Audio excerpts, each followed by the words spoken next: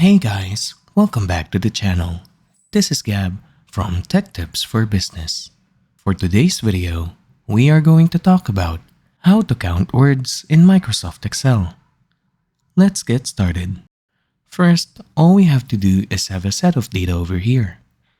If we are overwhelmed with the number of data that we couldn't count it manually, we can have this option to count this whole list of words over here. Now, to do so, all we have to do is select the whole data that we have over here. Next, press the Ctrl C on your keyboard or just right-click on the data and click on Copy. Next, go ahead and open your Microsoft Word.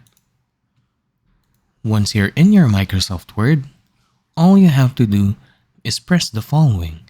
Either you can press Ctrl V on your keyboard or just right-click and paste while keeping the source formatting.